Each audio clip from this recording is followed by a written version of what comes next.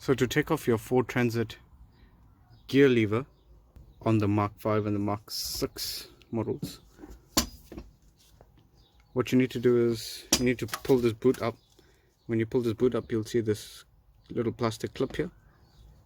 What you do is, I'll get in here, you pull on this, see what that does there. So that clip there, all you do is you just pull on it that way. So when you do that, then this gear knob will just pull up, so it'll pull out from the shaft. When you pull that out, you just keep that aside. Then you have your second shaft. Sometimes what you'll find is there's an o-ring here and that breaks. You can replace that o-ring.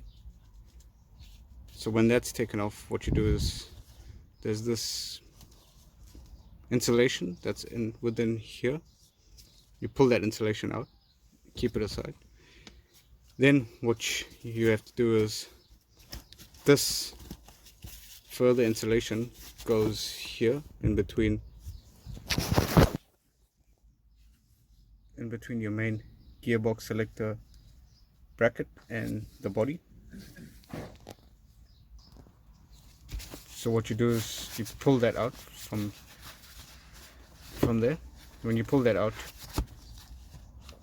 you can twist this boot back.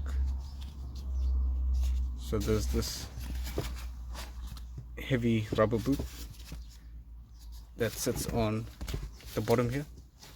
There. So you just pull that up and pull this out. And when you do that, then you have access to these bolts here. So these are Torx bolts. So these are the T30 bolts. There's 4 of them. 1, 2, 3, 4. When you do that, then you can pull this out.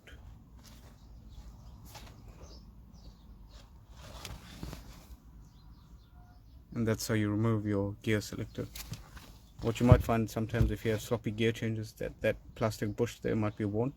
So you have to replace that. Also that o-ring I showed you. Also this top rubber part here.